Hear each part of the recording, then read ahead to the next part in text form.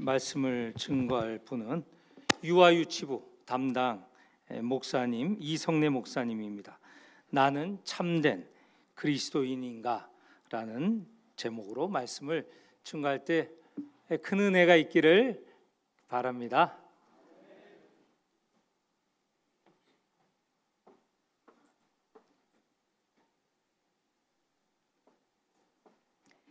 거룩한 주일 예배 함께 하신 여러분을 주님의 이름으로 환영하고 축복합니다. 무더위가 한창인 8월 첫 주일입니다. 7, 8월은 여름 휴가도 가고 재충전의 시간을 갖기도 합니다. 이 시점은 우리 신앙에도 아주 중요한 시기입니다. 상반기를 돌아보고 주님 안에서 우리의 믿음과 삶을 새롭게 정돈할 기회입니다. 특별히 이번 여름 우리 유아 유치부 아이들은 나는 예수님 믿는 아이 점프라는 주제로 여름 성경학교 예배를 드리며 사도행전 말씀을 함께 나누었습니다.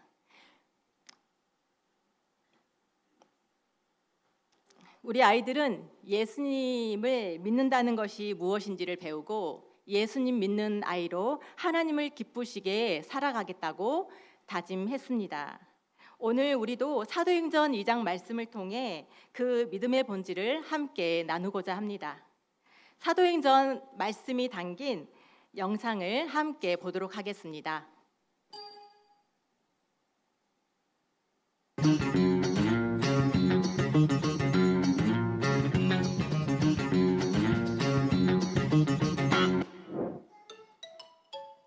오순절 마가의 다락방에서 성령을 받았던 사람들이 모여 교회가 시작되었어요. 사도들은 놀라운 일과 표적들을 많이 보였고 초대교회 사람들에게는 어떻게 사는 것이 예수님의 뜻인지를 가르쳤지요. 초대교회 사람들은 참 특별했어요. 다 함께 모여 지내면서 자신이 가진 물건과 재산을 함께 나누었어요.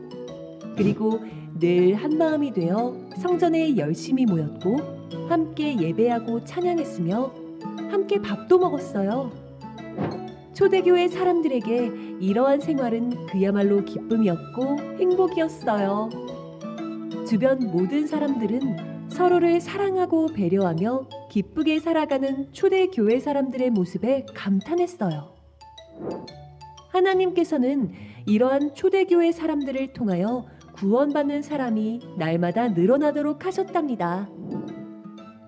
우리 교회도 초대교회처럼 서로를 섬기고 기도하며 언제나 하나님 말씀대로 살아가기로 다짐해요.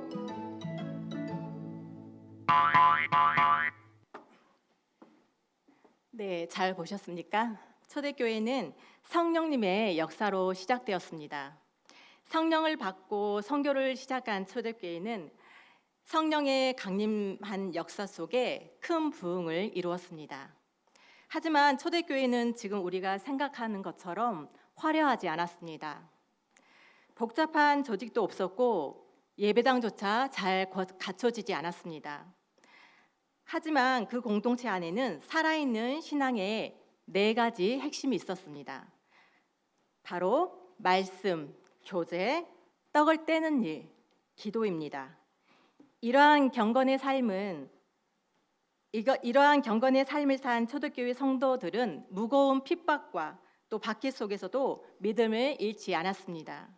오히려 흔들림 없이 믿음 위에 굳게 서서 오직 복음 전파에 헌신할 수 있는 원동력이 그들 안에 살아 있었습니다. 그리고 그런 살아있는 교회를 통해 하나님께서는 구원받는 사람들을 날마다 더하게 하셨습니다. 오늘 우리는 이 본문 말씀을 통해 초대교회가 지녔던 4가지 본질적인 특징을 함께 살펴보도록 하겠습니다. 그리고 우리 시대의 교회가 이 특징들을 어떻게 회복할 수 있을지, 또 우리는 어떠한 교회로 살아가야 할지를 함께 묵상하고자 합니다. 사도행전 2장은 단지 교회의 출발을 말하는 그러한 장이 아닙니다. 오순절 성령 강림의 날, 그것은 기독교 역사를 새롭게 여는 출발점이자 옷은 무엇보다도 교회가 탄생한 날로서의 깊은 의미를 지니고 있습니다. 사도 바울도 자신이 쓴 서신에서 교회가 무엇이며 교회를 구성하는 이들이 누구인지를 분명하게 설명합니다. 우리 함께 고린도전서 1장 2절 말씀을 봉독하도록 하겠습니다. 시작. 고린도에 있는 하나님의 교회 곧 그리스도 예수 안에서 거룩하여지고 성도라 부르심을 받은 자들과 또 각처에서 우리의 주 곧 그들과 우리의 주 대신 예수 그리스도의 이름을 부르는 모든 자들. 네, 이 말씀은 교회의 정체성에 대해 분명히 우리에게 말해주고 있습니다. 교회는 단순히 건물이 아닙니다. 교회는 예수 그리스도 안에서 거룩하여진 자들, 하나님의 부르심을 받은 자들의 모임입니다. 즉, 교회는 완벽한 사람들의 모임이 아니라 하나님의 은혜로 거룩해진 불완전한 사람들의 공동체입니다. 이런 사람들을 통해 하나님께서는 일하시고 그들 가운데 성령님께서 임하셔서 초대교회가 시작되었습니다. 초대교회의 모습은 사도행전 2장 42절 말씀에 잘 나타나 있습니다. 그들이 사도의 가르침을 받고 서로 교제하며 떡을 떼고 오로지 기도하기를 힘썼다. 이 말씀 안에는 초대교회가 어떤 모습을 하고 있었는지, 그리고 하나님께서 기뻐하시는 교회가 어떤 모습이어야 하는지를 잘 드러나 있습니다. 여기에서 네 가지 이 핵심 요소는 말씀, 교제, 나눔, 기도입니다. 특히 헬라어 원문에는 이 네 단어 모두에 더라는 정관사가 붙어 있습니다. 가르침이 아니라 그 가르침, 기도가 아니라 그 기도입니다. 이것은 단순한 활동이 아니라 공동체 안에서 함께 지키고 실천하는 구체적인 신앙의 내용이었다는 뜻입니다. 즉, 초대교회는 그냥 모여서 기도하고 나누고 한 것이 아니라 그들은 예수님의 가르침에 따라 의도적으로 말씀을 배우고 사랑으로 교제하고 감사함으로 음식을 나누고 간절히 기도하는 공동체였습니다.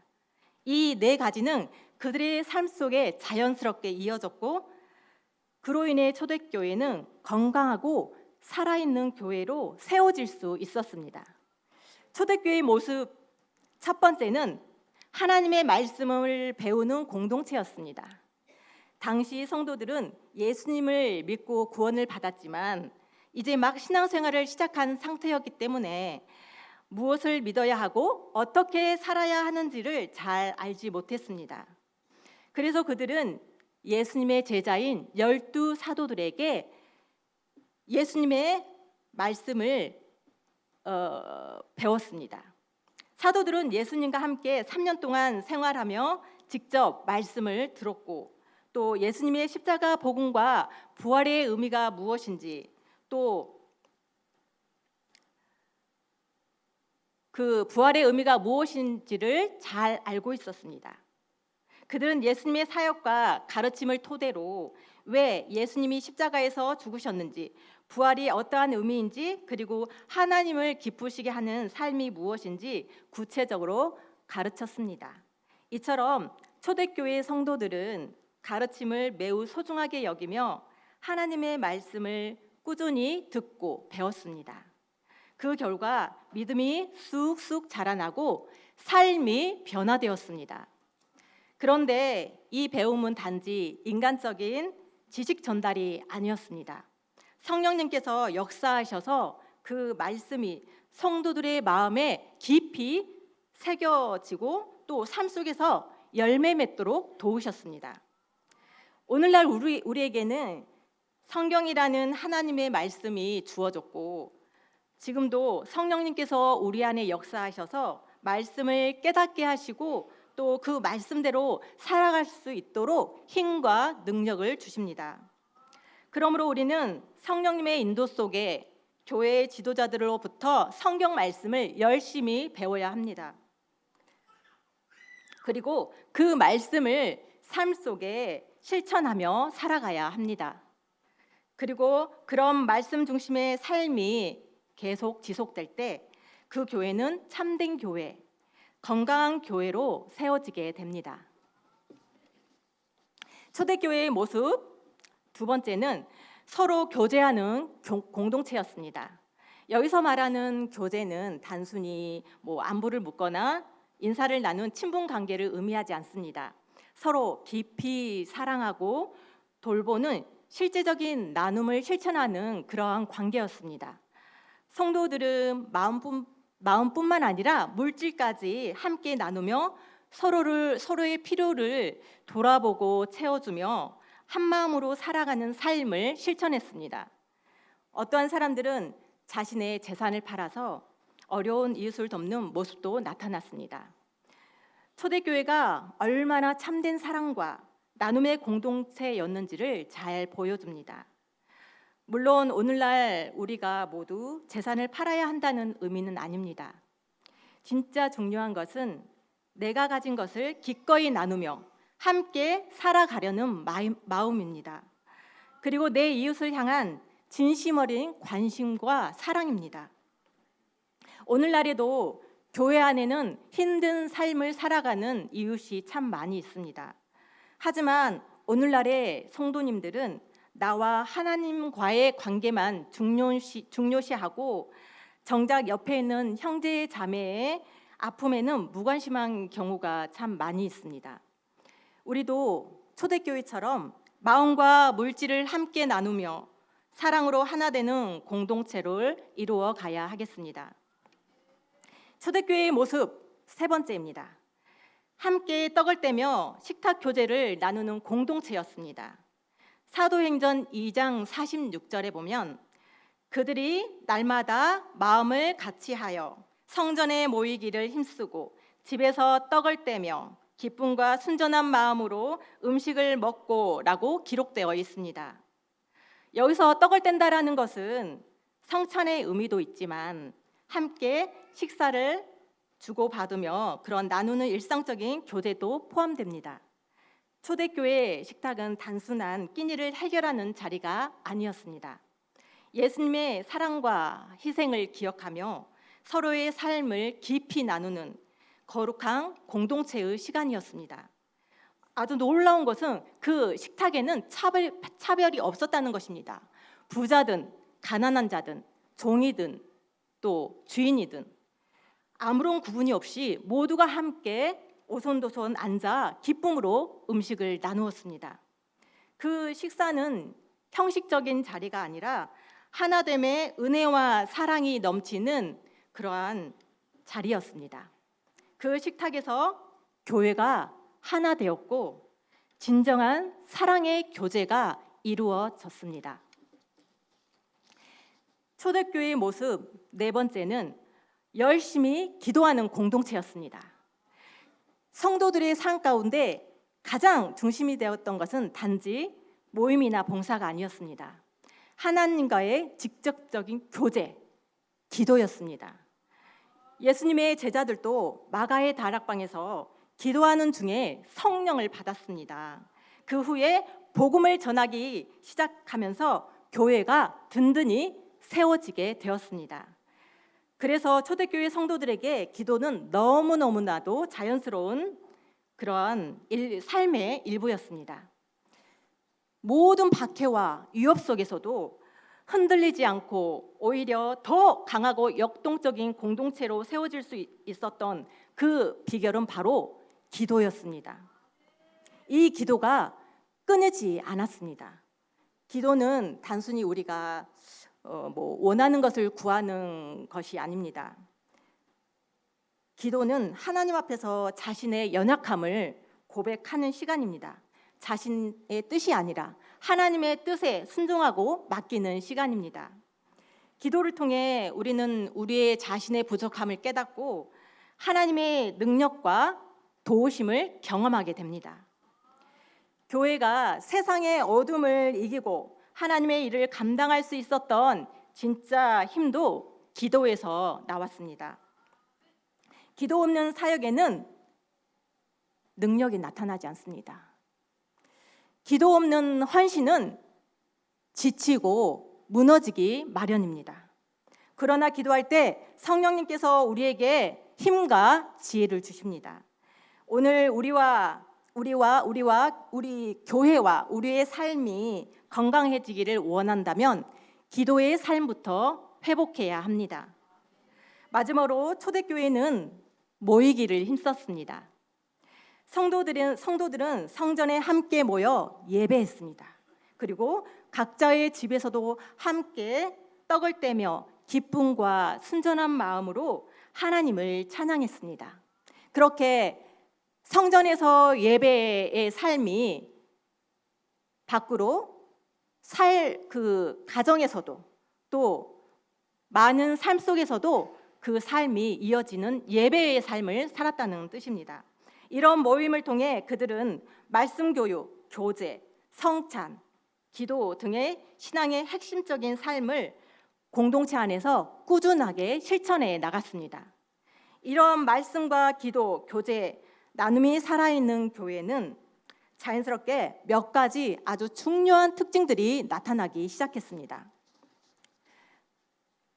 그 안에서는 성령의 역사로 병든 사람들이 고침을 받고 또 귀신 들린 사람이 귀신이 떠나는 그런 놀라운 기적들이 일어났습니다.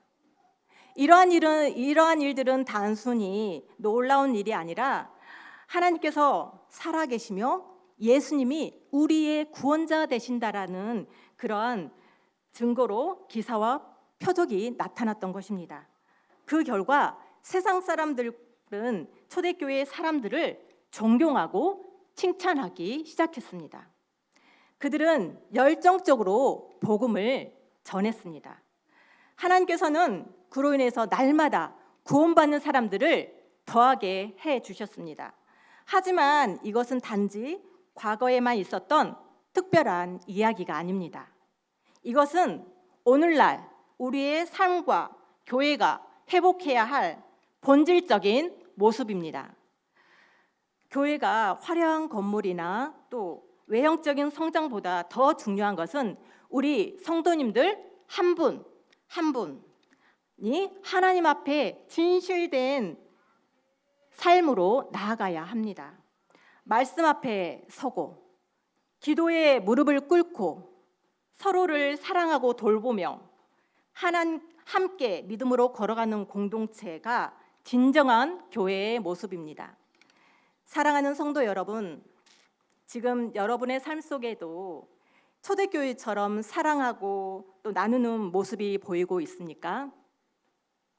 그리고 나는 지금 하나님의 부르심에 어떻게 응답하고 살아가고 있습니까? 오늘 이 시간 이 질문 앞에 잠시 생각을 멈춰 보시기 바랍니다. 나는 참된 그리스도인인가?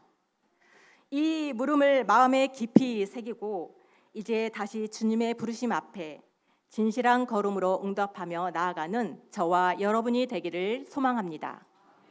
기도하겠습니다. 하나님 아버지, 우리를 하나님의 교회로 불러주심에 감사드립니다. 주님, 우리가 이 귀한 부르심에 날마다 응답하며 살기를 원합니다. 비록 우리는 작고 연약하지만 간절히 기도로 하나님 앞에 나아가게 하시고 사랑으로 교회를 따뜻하게 세워가는 그리스도인이 되게 하여 주시옵소서. 또한 우리의 가진 것을 기꺼이 나누며 진실한 공동체로 살아가게 하시고 한 영혼을 귀하게 여기시는 주님의 마음이 우리 마음속에 깊이 새겨지게 하옵소서. 초대교회의 아름다운 모습이 오늘 우리의 삶과 교회 안에서 다시 살아나게 하시고 우리 모두가 참된 그리스도인으로 살아가게 하여 주시옵소서. 예수 그리스도의 이름으로 간절히 기도하옵나이다. 아멘.